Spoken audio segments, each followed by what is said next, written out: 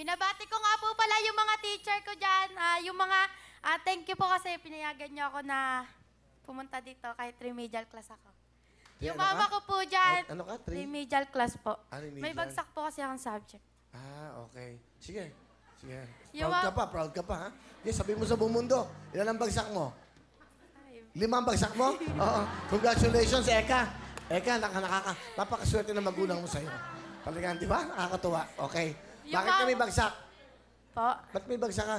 nagloko po kasi ako eh. Ilan taon ka na? 17 po. Ano? Ba't ka nagloko? Anong ginawa mo sa buwan? Napabarkada po. O, tapos? Napunta po sa ganun-ganyan. Anong ganyan-ganyan? Ano? Layas-layas po, ganun. Naglayas ka, tapos? Hindi po, yung alis lang po ng bahay, hindi nagpapaalam, ganun. Sa magulang mo. Anak ka, saan ka ba? Sa father side, mother side? Ano kayo? Step ba kayo? Half. Half po. Half kayo. Ano ibig sabihin ng half? Magkapatid lang po kami sa tatay. Sa tatay. So, ang tatay nyo, nagdalawa, naging asawa. Opo. Sige, ikaw naman, Mercy, panganay. Binabati ko po lahat ng kaibigan ko, lahat ng mga kapitbahay namin. Panoorin niyo ako, ito na ako. Cute, eh. Tiga saan ba kayo, Mercy? Galing po kami sa Santa Maria, Bulacan. Tiga Bulacan kayo, okay. Nag-aaral ka ba, Mercy? Graduate po ako ng HRS, 2 years course, sa pamamagitan ng pag-working Home student. Restaurant Services. Yes. Tama. So, nagtatrabaho ka na ba? Full-time man po ako sa baby kong 5 months. May anak ka na rin. Yes po, kakakasal ko lang po last year, Wow, December. congratulations. Okay. Ano ba trabaho ng asawa mo? Isa po siyang budigero sa isang construction site sa bahay, Santa Maria din po. Okay. Ikaw naman, dalaga ka pa ba? Nag-aaral po. Grade 11 student po sa GPI. So, nagloko ka sa pag-aaral. Opo. O ngayon, mabait ka na ba? Okay. Mabait na po ako. Tanong niyo po sa tatay ko. Ha? Tanong niyo po sa tatay ko. Sige. Huwag mo akong utusan. Mamaya natanong ko. Pakilala niyo na. Sino kasama niyo? Pinapakilala po namin ang gwapong-gwapo naming tatay namin, si Tatay Benga. Parang putukan lang to. Magandang Hoy. hapon, paring Will. Ano ginagawa niyo, Mang Benga? Sa ngayon po, namamasukan po ako bilang welder. Ano gusto mo sabihin sa iyong mga anak? Mga anak,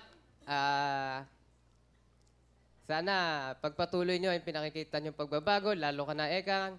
At ikaw naman, Mercy, alagaan mo pamilya mo. Kahit may pamilya ka na, kung may kailangan ka sa akin, nandito lang ako. Susuporta kita hanggat kaya ko. Yun lang. Sino una? Ikaw muna, Eka. Ikaw ang sakit sa ulo eh. Salamat po sa lahat. Sa lahat po ng pag-intindi sa mga maling nagawa ko. Kahit na ang dami-dami kong nagawa po sa inyo, still yung pagmamahal niyo para sa akin nandyan pa din. Kahit na may time na nasasagot ko na kayo na hindi naman dapat. Salamat pa. Mahal na mahal ko po kayo. Okay. Mercy, sa papa mo. Salamat sa lahat ng tulong mo para sa akin. Simula nung maliit ako hanggang ngayon. Kahit na may asawa na ako, di mo ako pinababayaan. Mahal na mahal ko kayo. Ikaw, ang lalim ng kasalanan mo. Oo, Hindi ba? sobra. Ano? Opo, Sabi mo, ano? Sobrang umuwi ng gabi, pagkatapos hindi nagpapaalam. Minsan 3 araw siya kung hindi umuwi. Anak ng...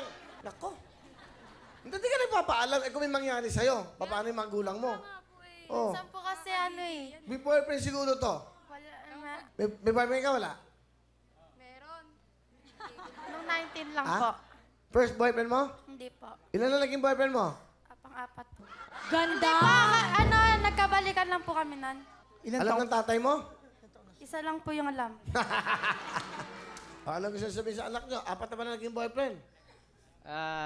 Alam mo, anak, wala namang magulang na nakakatiis sa kanyang mga anak eh. Kahit anong sama ng ugali ng kanilang mga anak. Hindi nila matitiis yun.